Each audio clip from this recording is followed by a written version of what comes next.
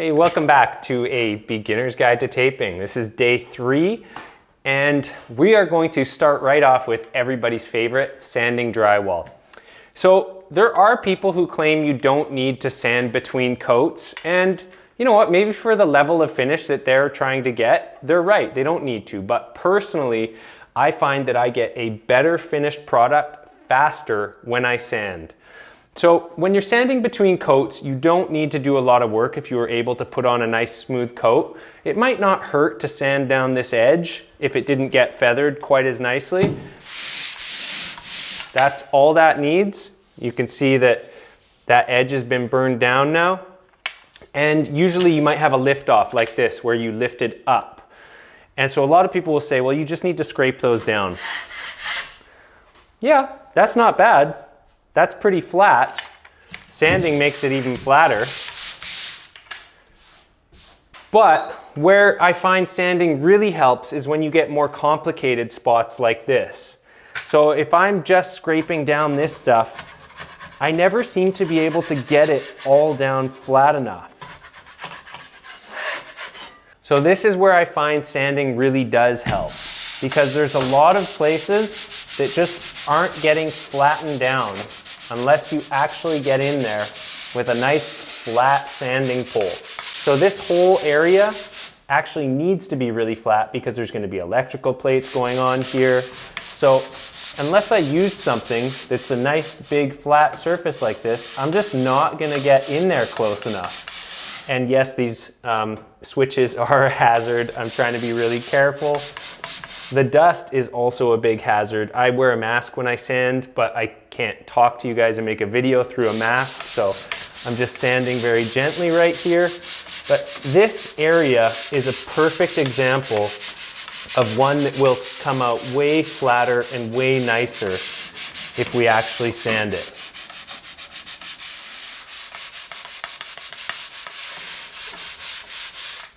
And believe it or not, even on first coat, for an area as difficult as this one, I will actually get out the sponge sander and knock down some of this stuff, especially here where I just couldn't get in. So when I do my second coat, which we will film the coat on this area, this is all gonna turn out way flatter and way nicer because we took the time to do this work. We wanna scrape off any chunks that have gotten into the box there.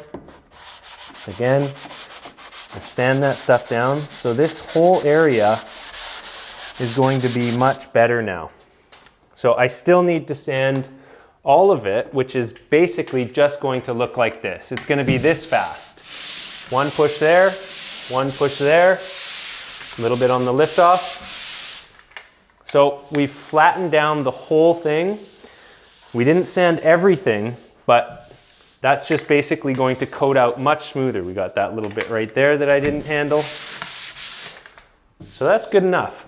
And what I am sanding with is a sanding pole with a nice firm, so it's padded, but it's firm and flat.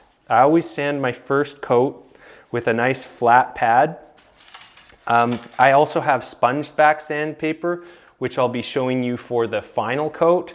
If you want to get only one type of sandpaper, get the sponge backed. I thought it would be better if I show you. This is the sponge back stuff. It's much better because it doesn't leave as many scratches and dings in the wall. The other one is pretty aggressive. It'll leave grooves and scratches. That's all going to get filled in by our next coat. This is the one for the finish coat.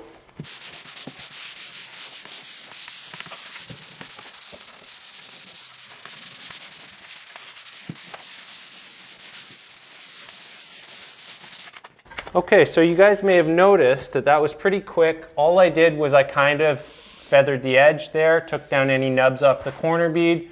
I sanded this other flat that I have up here. What I didn't sand the screws, and I didn't sand the inside corners. We don't need to do that on day 3.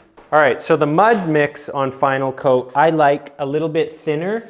So this is, you know, it's pretty thin, but I like it even a tiny bit thinner just to make it easy to work with.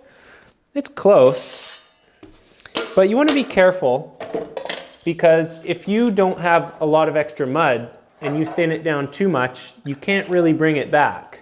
So I would say err on the side of not adding enough water first so that you can always add more. Didn't need much though.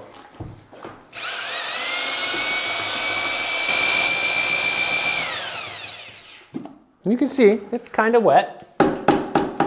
It's a little bit harder to control at that consistency, but it makes for fast, easy coating when it's a little thinner. And the other thing is, it will dry out as you start to work on it on the wall, especially on a final coat. I would say for most beginners, that's probably too thin.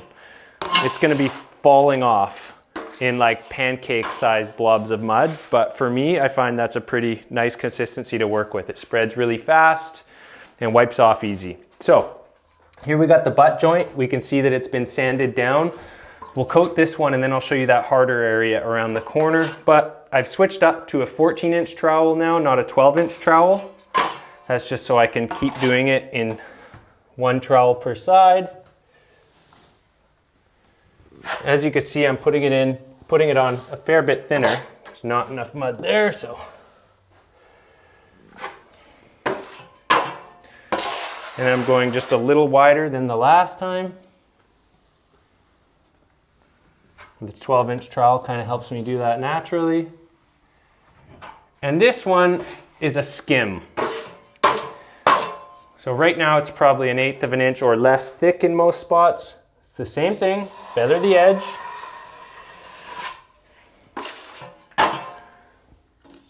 Feather the edge. And I don't like how far I've brought it up here. It doesn't need to be like that. Okay, and then one pass here. One pass here, even pressure on each side. And I am gonna flatten it down the middle again. So if we take a close look at it, you can see I didn't take all the mud off. If you can see this grainy texture, it hasn't been all wiped off flat. So we've left a little bit on there so that it can sand. And let me explain that really quick. There's a difference between a tight skim and leaving a bit of mud on the wall. I'll show you what that looks like. Let's just do it while we coat this flat, hey? That would be the easiest way to do that. Should have a bit more there. A bit more there. Okay, so if I do one pass here, we can see the texture of the mud. I've left mud on the wall. I'm gonna feather my edges. Feather my edges. And then I'm gonna wipe tight. So we can see, you can't see the texture of the mud. It's been totally wiped tight. This might look nice and flat and smooth, but it's going to shrink too much and we will wind up with a concave joint. So let's do that one more time where we actually leave the right amount of mud on here so that we can sand it down flat on our final coat. So again, feather the edge, feather the edge. It's probably gonna be one pass. Right there. We can see there's some texture there because we've left mud on where it needs to be. And if we actually check it, we can see that's pretty darn close to flat. You really can't see much light. We go right there. So it didn't need much fill. We've just tried to leave a little bit where it needs to be. I may as well finish this joint while I'm here so you guys can sort of see the rest of it, but it's pretty straightforward. Ideally, because I've sized up in trowel, it should just be one trowel width to cover it. Getting it kind of nice and flat. Feather my edge. Feather my edge. And one finish pass. So that's it. And if it takes you more passes, or if it even takes you another coat to get a nice flat joint, just do it, right? It takes what it takes until it looks right. Okay, so it's one thing to coat butt joints and flat joints individually when there's nothing in the way, but I know that that's not going to be reality for most of you guys. We're usually having to deal with a bunch of stuff like this, so a really annoying joint with lots in the way. I thought I should show you guys that instead of just like, you know, here's how to coat a flat joint the second time. So we're gonna start with this corner bead up here. I'm gonna work my way down around all this stuff and we'll finish off with that flat again. But, okay, not the most even spread because I was chasing that blob down the wall. Now I'm using it to collect the mud up there, and we're gonna get just a little more mud to fill in this spot because I'm not happy with how much mud there is there yet. We're really just trying to focus on making sure that we have an even spread down here. And we'll go to the top of this thing. We'll just kind of stop there.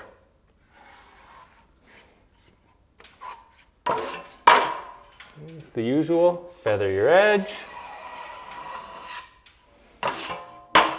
And on this next pass, I'm going to be pushing against this side a bit more. I'm not even doing a finished pass yet. I'm just getting some of the mud off.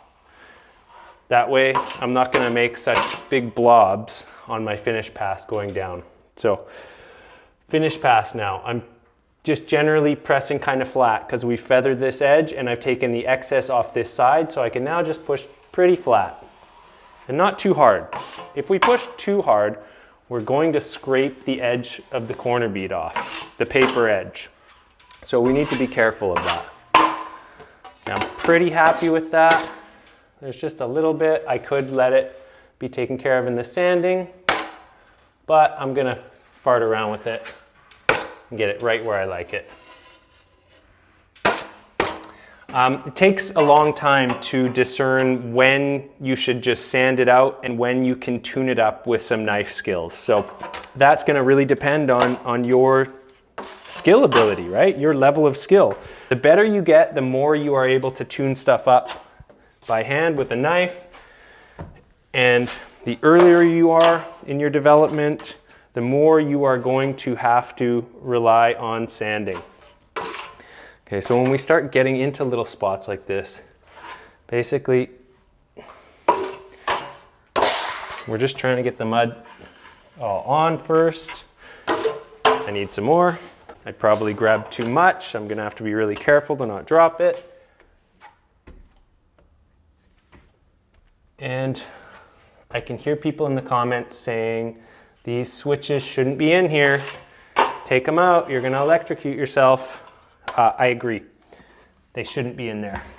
But as an actual contractor, they often are. So what I don't wanna do is push my blade in there and touch little bolts on the side of the switch. So there's a difference between being a homeowner and doing your own job where you can pull all the switches out and put them back on. I am just the drywall subcontractor on this job. It is not my job, nor is it even in my skill set to mess around with electrical. It's not what I'm paid to do. It's not what I've learned to do. So you can see I'm just using my knife to get in here. At this stage, I'm also going to feather this edge while I can, because as it dries out, it gets harder to feather, so you can kind of stay on top of it like that. But I'm just using, yes, I could go get a 3-inch knife and get in here, but by the time I go do that, I'll be done this. Another thing you can do with a tricky spot like this is you could coat all of this and wait for the surrounding bit to firm up a little bit, and then you could come in and tune up the inside with a 3-inch knife. It'll be easier, especially if you're new, but in my case, that's not how I'm gonna do it. So now that I've loaded all the mud onto this big broad area, now what I'm going to do is I'm just going to use my trowel where I can. So these are annoying. The reason I'm showing you a spot like this, even though it's slow and doesn't make me look like I'm a fast finisher, is because you're going to come up against this stuff. And if you see that it's challenging for everybody, but that there is a way to do it, it'll help you figure out how to solve it. So I'm gonna come in, moving start. Moving starts help you not get a really bad line in your work. So at this point, there's no way for me to get my trowel in here and tune any of this up. So this is where it comes down to 6-inch knife work. And I will often start in the most awkward spot first. I kind of work my way around. And so this all comes down to like, which way do I put my pressure to get rid of these lines? Because that's what we want to do. We want to get rid of those lines.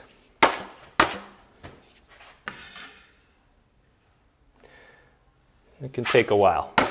But what we're doing here is we're flattening out the mud and we are minimizing our sanding overall.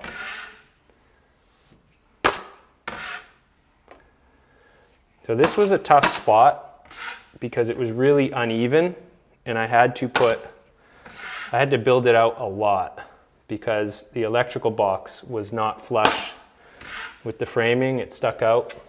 So I've had to do some extra work there to clean it up.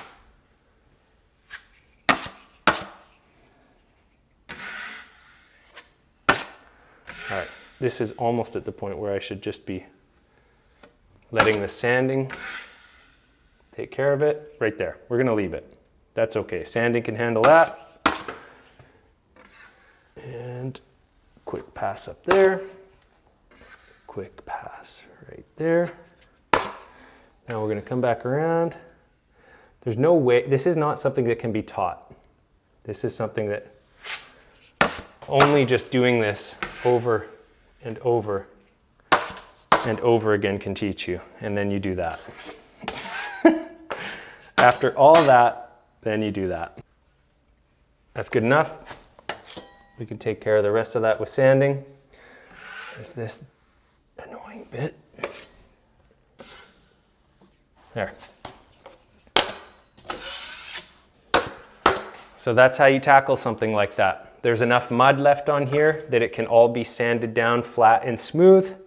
We've got, for the most part, only lift-offs. The difference between a line and a lift-off is a line, right? Okay, let's say we go like this.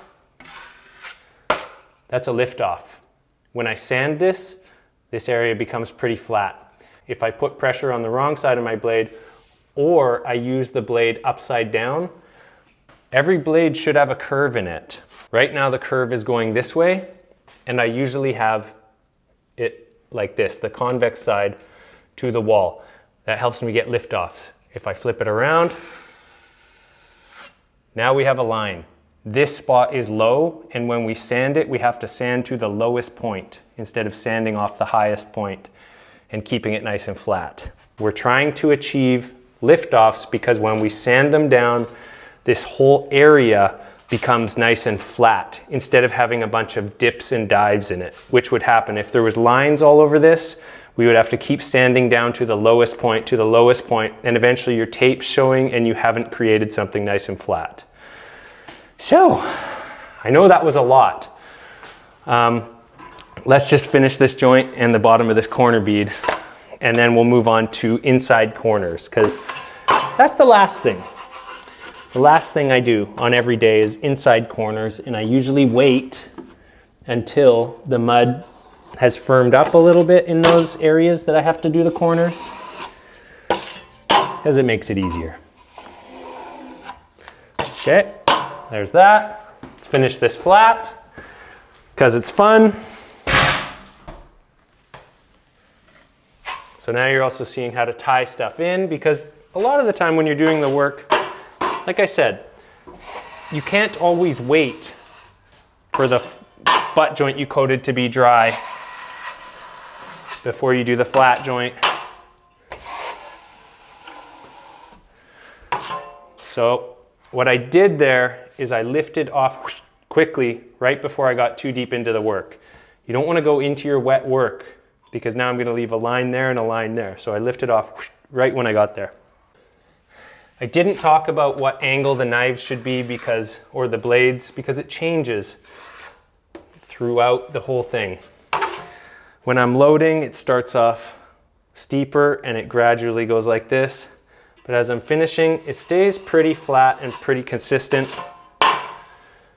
I'm not a protractor. I can't tell you what angle that is. It's something you're going to have to develop the feel for. So as we can see, my finish coat is really flat and smooth. The only thing we even have is one teeny tiny baby lift off there. It takes some practice to get it like this, but the finish coat does go on flatter and easier than the first coat. I think the first coat takes more skill to apply. Anyways, let's get into the inside corners in this other room.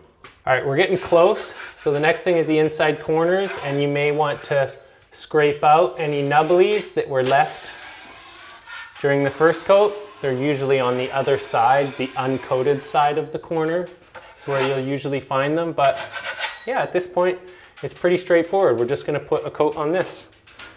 I often check my blade, the side of my blade. That's something new I've told you guys. Put the convex side to the wall, and it's just one more coat. And there is something that I should tell you about these knives. So if you look at it, you can see there's about 1 inch of flat space where it goes 90 degrees. It's hard for me to show you while holding on to this, but from right there to right there, that's a 90-degree corner. So that inch of flat space is what should be cleaning off the top side of the corner when you coat an angle. And we'll see how good of a job I can do. I find I usually do the cleanest corners with a 6-inch knife. The only problem with using the 6-inch knife is it makes a pretty wide corner, so there's more sanding. But it's tough because I definitely do a nicer job with a 6-inch knife. So we're doing the same thing as we did last time, just a quick coat. This is why we don't dig into the corner. I could use one more pass for my liking. That's gonna be good enough. Okay. And now we will do this side. And because we are doing the opposing side in that sort of pinwheel direction that I have made a YouTube short about, it should be really tuning it up nicely. We'll get a nice 3-way corner. If you ever do have some mud on the other side, you can just carefully pull it off like that. And now this one. So I've done the right-hand side of all of these corners today because I did the left-hand side going into this one. Again, refer to the short, the YouTube short, about getting perfect inside 3-way corners if you want to have a more detailed explanation of that. But feather my edge. And now I'm going to very carefully put my knife in there. Finish pass. Got this one that I didn't do. Feather. Finish. And this one has some lines. I don't know if you can see that on camera. There's kind of, I left a gouge there. So it could use just a bit more. Sometimes it's worth letting the corners dry up a bit and then fix any deficiencies you see. But that's it. These will sand out really smooth and easy. That's how you do your corners, inside corners on the 3rd day. And last but not least is one more coat on the screws. Screws should get 3 coats. And I don't know if I ever said what mud I'm using. I used all-purpose heavyweight to tape this whole place, and I used all-purpose lightweight for my consecutive 2 coats because it sands easier, leaves a nice finish. Whew, that's it, yeah, day 3. Okay, so hopefully this is getting you well on your way to doing that taping job that you're working on. As always, I hope your projects are going well, but I hope you're doing even better. Thanks for watching. Vancouver carpenter who seems to only do drywall videos. Till the next one, you guys.